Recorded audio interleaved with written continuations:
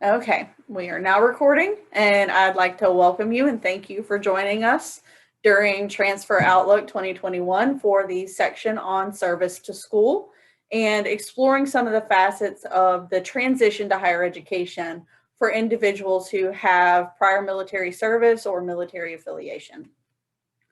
To get started, I've already welcomed you and do a couple of introductions. We're missing a couple of our students, but that's okay. We still have Jake and Scott with us, who are amazing members of the team.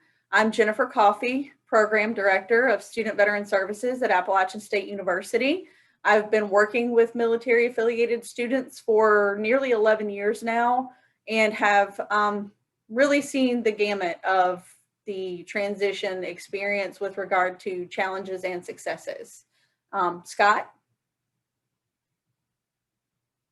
introduce yourself. Yeah, I'm Scott Colson. I was in the Army from 2009 to 2015, working on my second degree here at App. First one, history, secondary education. This one's in computer information systems. Thanks, Scott. And Jake. Yeah, I'm Jake. I was in the Army from 2013 to 2016. I am currently working on my first bachelor's degree in political science with a minor in social work. Thank you. Thank you.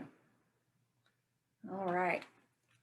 So this image is from a report done in 2015 called Missing Perspectives. And that particular study looked into service members' perspectives on their transition from military service to higher education. And it doesn't make a lot of sense in the fact that it's an infographic, but it also makes a lot of sense in that everyone has a very unique transition experience, and it's very multifaceted and can be complicated for some folks.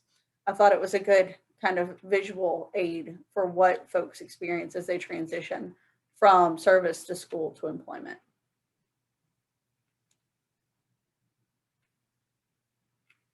And if at any point you've got questions for us, feel free to hop in and ask, okay? So one of the things we were asked to discuss today was exploring the complexities of transition to higher education from either another institution or directly from service for individuals who have that military affiliation. And these items I've got listed here are very common transition challenges that folks face, or complexities. I don't like to use the word challenges because that's just a negative way to look at it. It's opportunities for those of us who hold roles like mine to do a better job of making it easier. That's really how I look at it. So the first item, competing priorities. Over 47% of transitioning service members have a spouse, children, or both. Now, Jake and Scott happen to not fall within that 47%, and I think they're both grateful for that, but it is a real fact that a lot of folks have to deal with, is being able to juggle work and school and family and everything else at the same time. Cultural differences. So particularly for individuals who don't have a broad gap between their time in service and to coming to higher education, the difference in the culture of the military and the culture of college is significantly different. The way we communicate, the way we, do business is just so very different that some folks need a little bit of support or education on both sides of the aisle for preparing for that transition. An example I have from a few years ago in a training we did on a campus was a student veteran looked at the audience and said, I was mind blown when I found out I could email my professor directly. He had no idea that it was okay and even expected in higher education to have that direct communication with that person of authority. Education gaps, going several years from high school to college in some cases, having to get back in the swing of things with writing, with mathematics, with study skills and habits. Those items are real that a lot of folks have to work through. However, we'll talk about it again in a minute. There are lots of support services and resources available to help, alleviate some of that transitional difficulty. Finances are another common concern among individuals who transition from the military to higher education, particularly if there isn't a great amount of budgeting done during that time that you're planning to leave service and enter higher education. Being able to get your GI Bill in line if you're eligible and planning to receive it, and those sorts of things. But that's where people like me come into play and are here to help you navigate that process, and folks like Jake and Scott to provide advice and support. Healthcare is another one. Navigating the VA healthcare system, particularly for folks coming to an institution like Appalachian State or any institution that's not in close proximity to a military and a VA medical center. We have about an hour and a half trip in either direction to the VA hospitals. So there's lots of room for growth, but lots of opportunities for working around that. Housing, I think Jake can speak to this one specifically right now. Dealing with the housing market in a college town is not exactly a walk in the park sometimes, but we have mechanisms for getting around that. And finally, socialization. Being in a classroom with a bunch of 18-year-olds can be stressful at times, but that's why we have places on our campuses to provide, a safe space or a comfortable space with like-minded individuals. Scott or Jake, is there anything specific related to your transition that was challenging that you'd like to share? I guess for my transition, it was one of the harder things for me to get used to was moving somewhere where I knew no one and knew nothing about the culture. I came from the north. I'm from Michigan, and basically just picked a good school on the map and picked it, and didn't know anything about Boone or App or the culture. So it was a transition process for me to just kind of understand how like people communicate, how they talk, what little idioms mean around here, and that sort of thing. Yeah, for me, so I came and got my first degree right out of high school, graduated in 2009, went into the military, and then turned around. Here I am, 34 years old, and I'm back in school. So you're looking at 15 years after the first degree. I had to learn to take notes again. People think that it's easy, but it's an art. Having to be able to work in a group with younger individuals that don't quite have the life experience that I have. When I was up here the first time and I was younger, there was a lot of procrastination. Now I want to get things quicker, but when you're in a group with several other people, that's not always the case. So being able to bridge that gap with the younger generations, and I don't know how old you are, Dustin, but it might be easier for you to relate than it has been for me, but that's been my toughest climb. Yeah, I'll be 30 when I start. So yeah, so that's one thing that I would be cognizant of is like your life experiences at 30 years old are different than those of 19 to 23, 24-year-olds, and that's probably going to be something that you may see as a frustration point for you. But it does get easier, I promise. So, but if you have any issues with that, you can always reach out because we're close in age range, man. okay, I appreciate that. Absolutely. Yeah, no problem.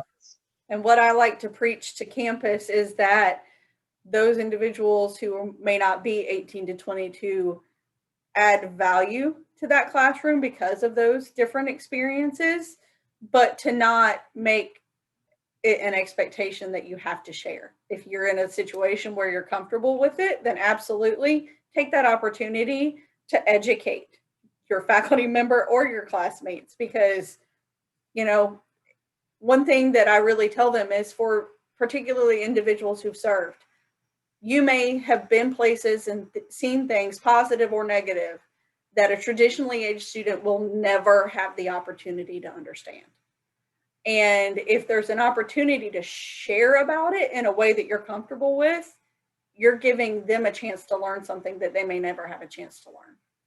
So what is great about, like I said, opportunities for improving the higher education experience for service members is that none of those challenges that we talked about are insurmountable. There's always something that can be done to lessen or alleviate those challenges.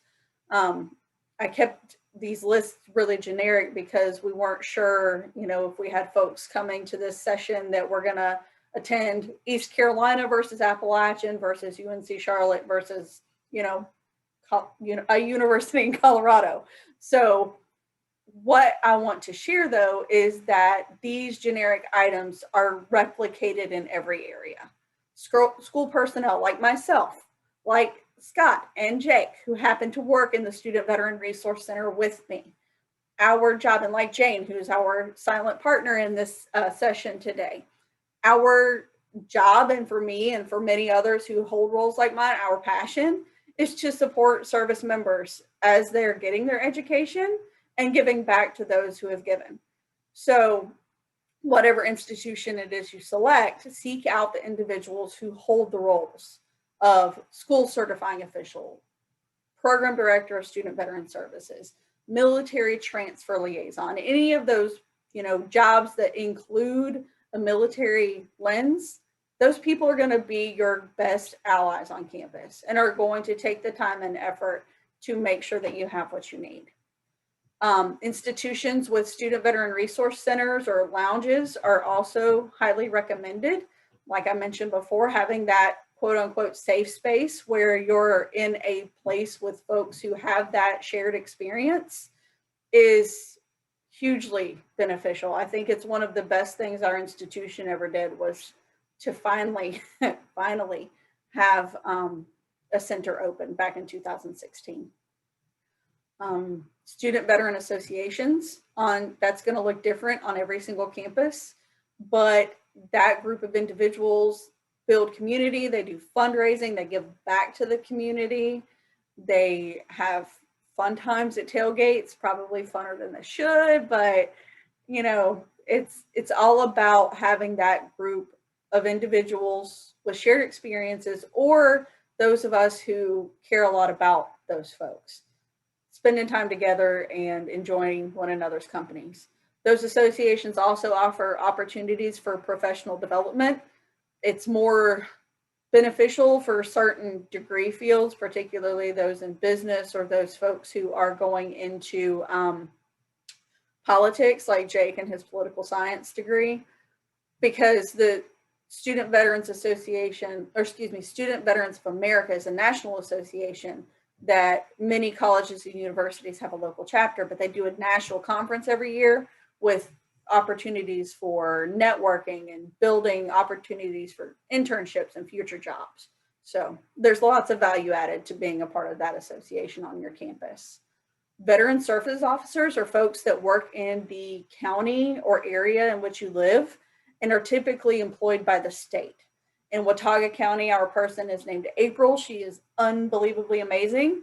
And they are really the conduit for anything non-education. So VA home loans, VA disability, anything outside of the GI Bill, they are an incredible resource. They work with the local DAV for doing carpooling to and from appointments, particularly if you're in Boone or somewhere like that where it's a long ways. I'll go back. That's also a great point with the Student Veterans Association. We'll have folks who will schedule their appointments as close to one another as possible, and they'll carpool to their appointments so that only one person is having to expend the gas and they can share on that expense. Nonprofit organizations like the Wounded Warrior Project in our local area, an organization called OVAT, provides support to veterans. Getting connected with those folks can never hurt because their mission is to support veterans in whatever capacity, whether that's while you're in school or when you're out of school, whatever. It's always a good idea. And then finally, federal, state, and local resources. And by that, I mean your VA healthcare and disability, if that's something that you're eligible for, your GI Bill, the state Department of Military and Veterans Affairs, those veterans resource officers, and then in the local area, the organizations and institutions designed to support individuals. Scott and Jake, are there any of these or any others that you can think of that were particularly helpful for you?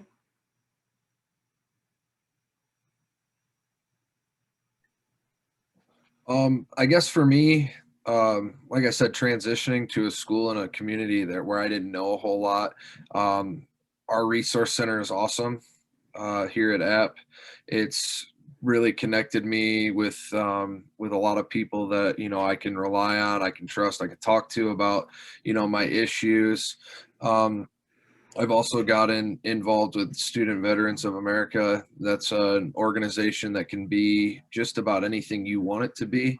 That's one of the good things I like at App is you're free to get involved with whatever you want, and you're free to not be involved with anything you don't. Me personally, I enjoy getting involved. I've gotten a lot out of the SVA and the SVRC, so I'm passionate about giving back, and I would strongly urge you to just get involved with something, because it will help that transition process when you get yourself a part of a group, a community, and whatever. Yeah, so for me, I moved up here last January, just from down the mountain in Wilkes. And one of the first things I did when I moved up here was I joined the VFW, so that I had somebody that could relate to me.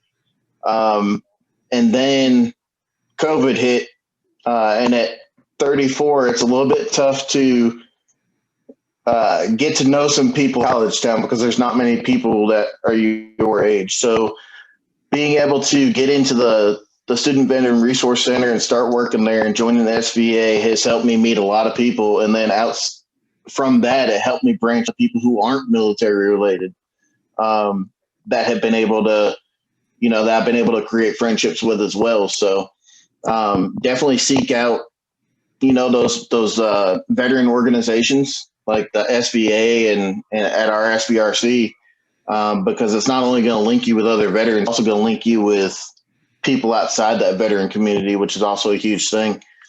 So. Thank you both. And really, that was the gist of it. I'm very sorry it was short-winded. We were supposed to have 2 more students providing their perspectives to you. Sorry about that. But really and truly, do you have questions for us, for me, or for Scott and Jake? And they can range from anything as specific as VA benefits or as broad as, tell me about a specific situation or whatever.